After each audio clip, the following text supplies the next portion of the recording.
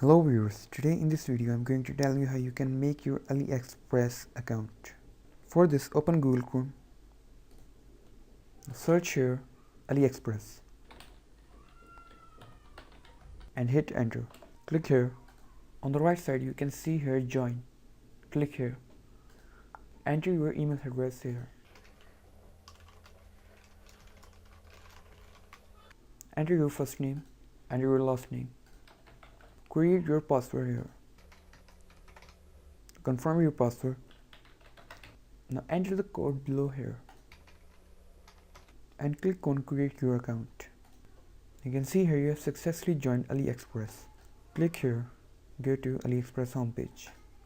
You can see here your account has been created. If you like this video, please like, share and comment on the video, and don't forget to subscribe our channel and hit the bell icon to get more updates.